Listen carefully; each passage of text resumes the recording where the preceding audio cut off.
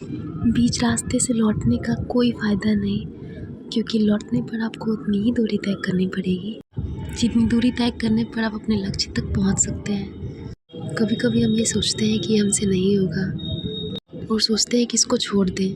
ये नहीं सोचकर अगर हम ये सोचें कि हमारे अंदर क्या कमी रह गई, किस कारण से ये नहीं हो पाया, तो हम अपने मंजिल की तरफ आगे बढ़ सकते हैं। Good morning friends and welcome to another new study vlog and thank you so much for clicking on the video. तो हमेशा की तरह मैंने अपने फर्स्ट स्टडी सेशन में मैथ्स को ही स्टार्ट किया है। मैथ्स में कल मैंने पढ़ा था मीन और आज मैं पढ़ूंगी मीडियन एंड मोड के बारे में। मीडियन निकालने के लिए पहले हमें अपने दिए गए डाटा को पहले अरेंज करना होता है असेंडिंग ऑर्डर में, उसके बाद हम मीडियन को फाइंड आउट करते हैं। अगर दिए गए टर्म्स हमारे ऑड होते हैं तो उसका फार्मूला होता है n+1/2, जो वैल्यू होती है वही हमारी मीडियन होती है। और n का वैल्यू अगर इवन होता है तो उसके लिए फार्मूला है n/2 टर्म एंड n/2 + 1, उस दोनों का एवरेज जो होता है वही मीडियन होता है। और जो दिए गए डाटा में बहुत ज़्यादा टाइम में रिपीट करता है उसी को कहते हैं mode. Mean, median and mode से रिलेटेड एक फार्मूला भी होता है जो कि मेरे एग्ज़ाम में पूछा भी गया था और मैंने क्वेश्चन गलत भी किया था क्योंकि मुझे फार्मूला पता नहीं था। और वो फार्मूला ये है कि मोड इक्वल टू होता है 3 times of median minus 2 times of mean. इससे अगर दो चीज़ गिवन है तो हम तीसरा इजीली फाइंड आउट कर सकते हैं। इसमें मैंने वेरिएंस के बारे में पढ़ा, स्टैंडर्ड डेविएशन के बारे में पढ़ा।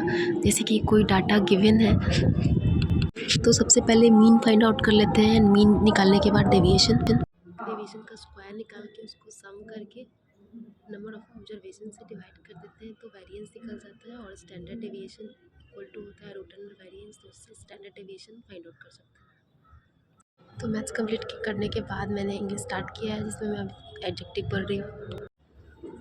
एडजेक्टिव के रूल्स कंप्लीट करने के बाद मैंने स्टार्ट किया रीजनिंग, और रीजनिंग भी कंप्लीट करने के बाद मैं गई नहाने, और नहाने के बाद पूजा किया और उसके बाद कुछ देर छत पे आई। आज मौसम बहुत ही ठंडा था और काफ़ी टाइम तक तो धूप कहीं निकला ही नहीं था। देख सकते हैं कुछ भी दिखाई नहीं दे रहा है। उसके बाद मैंने लंच का प्रिपरेशन किया और उसके बाद फिर मैं पढ़ाई करने लग गई। अब मैं पढ़ रही हूँ हिस्ट्री, जिसमें मेरा नया टॉपिक स्टार्ट हुआ है राष्ट्रीय आंदोलन, जिसमें मैंने महात्मा गांधी के बारे में पढ़ा है। उनका जन्म हुआ था 2 अक्टूबर 1869 को गुजरात के पोरबंदर में। पिता का नाम था करमचंद गांधी, माता पुतलीबाई, पत्नी कस्तूरबा गांधी, पुत्र 4 थे उनके, जिनका नाम था हरिलाल, मनीलाल, रामदास और देवदास। और जमुनालाल बजाज को गांधी जी का 5वां पुत्र कहा जाता है। उनकी मृत्यु हुई 30 जनवरी 1948 को। पढ़ने के बाद मैं गई लंच करने। ये हमारा आज का लंच। गांधी जी की लाइफ बहुत ही स्ट्रगल से भरी थी। उन्होंने हमारे देश के लिए बहुत कुछ किया। 1876 ईस्वी में उन्होंने प्राइमरी स्कूल में अध्ययन किया। 1881 में राजकोट के हाई स्कूल में अध्ययन किया। 1876 में जब वो अध्ययन कर रहे थे प्राइमरी स्कूल में, तब उनकी सगाई हो जाती है कस्तूरबा गांधी से। और फिर 1883 में जब वो 13 वर्ष के थे तब कस्तूरबा के साथ उनका विवाह हो जाता है। 1885 ईस्वी में उनके पिता करमचंद गांधी की मृत्यु हो जाती है। 1888 ईस्वी में वो जाते हैं इंग्लैंड वकालत की पढ़ाई करने के लिए, और जाते टाइम अपनी माँ को 3 वचन देकर जाते हैं।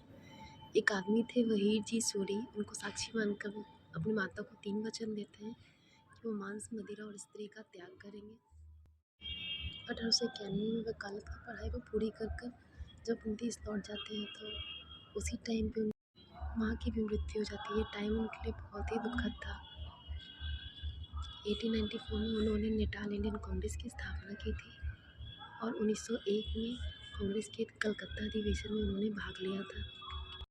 1916 की कांग्रेस की लखनऊ अधिवेशन में भी उन्होंने भाग लिया था। वहाँ वो राजकुमार शुक्ल से मिले थे और भी वहाँ बहुत कुछ हुआ था।